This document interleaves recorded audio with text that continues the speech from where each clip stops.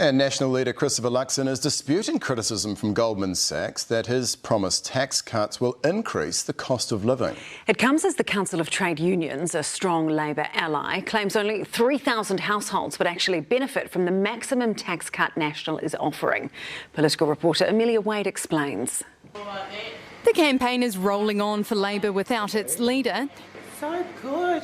Visiting well-fed in Porirua to learn how to make good kai for cheap, a big focus of their campaign. I wish cooking was this easy at home. The cost of living a big focus for National's campaign too. National will help with tax relief of up to $250 a fortnight. To get that, the family must be spending at least $300 a fortnight on childcare and needs 2 adults earning between $53,500 and $66,000 to get the $25.30 per week tax cut. And the Council of Trade Unions has worked out just how many families would get that and estimates only about 3,000 households would.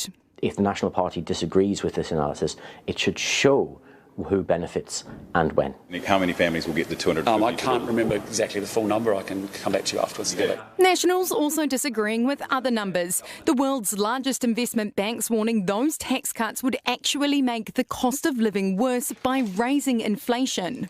Disagree strongly. Our tax plan is actually fully funded. For Christopher Luxon simply to say, I disagree, is not good enough. He actually needs to show why it's not true, and he hasn't done that. What both major parties have done today is serve up more slams. Labor's saying the Nats' plan to change benefits would put more children in poverty.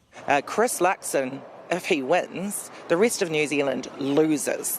While the Nats are saying Labor MPs are openly defying their leader with a want for a wealth tax. I think that is, you're seeing very clearly from the Labor Party caucus, you've had 3 MPs, I think, come out over the last 24 hours. So I think this is a complete beat up by the National Party to distract from the fact that their own tax plan doesn't stack up. National's campaign chair taking to Twitter to say the Labor Party was lying about offering up Grant Robertson to debate Luxon instead of Hipkins. But the press editor has confirmed Robertson was in fact offered up for the debate. Why was he lying on Twitter yesterday about Grant Robertson not putting his hand up to debate you? Well, we haven't had a formal appeal to say I want to, for us to debate Grant Robertson. And Chris Bishop should apologise for that, and actually he should probably just calm down. I don't think Chris Bishop has anything to apologise for. So no scrolls of sorries being served up today, just some scrolls themselves. OK, well, Amelia, look, we know that there's an election looming, but why does everyone seem to be so fired up?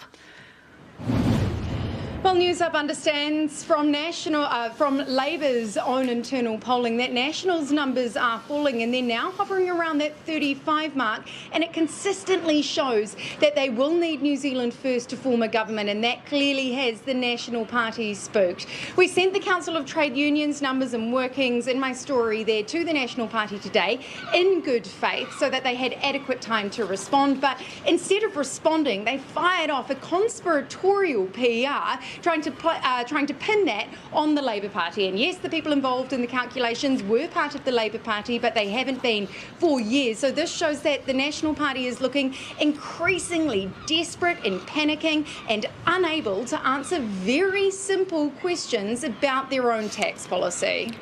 Amelia Wade there live from the capital, Tēnā koe.